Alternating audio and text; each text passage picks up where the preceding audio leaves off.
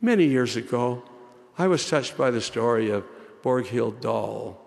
She was born in Minnesota in 1890 of Norwegian parents, and from her early years suffered severely impaired vision.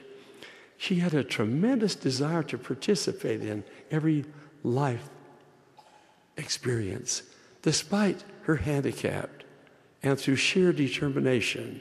She succeeded in nearly everything she undertook.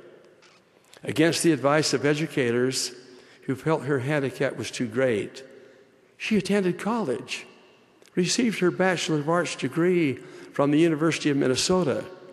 She later studied at Columbia and the University of Oslo.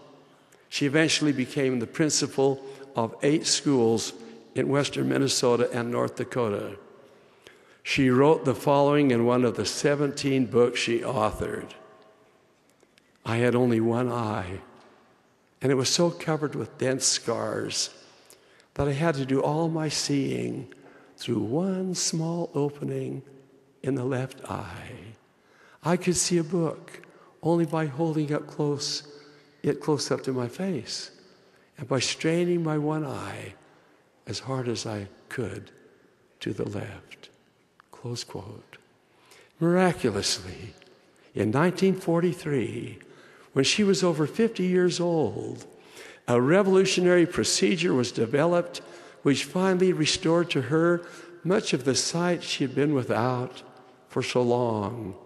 A new and exciting world opened up before her.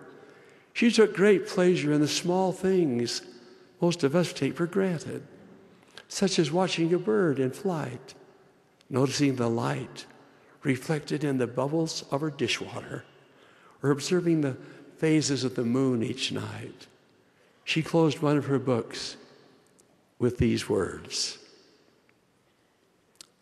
Dear Father in heaven, I thank thee.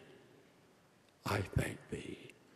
Borghild Dahl, both before and after her sight was restored, was filled with gratitude for her blessings.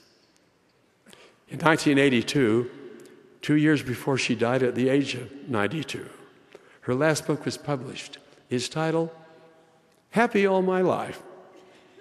Her attitude of thankfulness enabled her to appreciate her blessings and to live a full and rich life despite her challenges.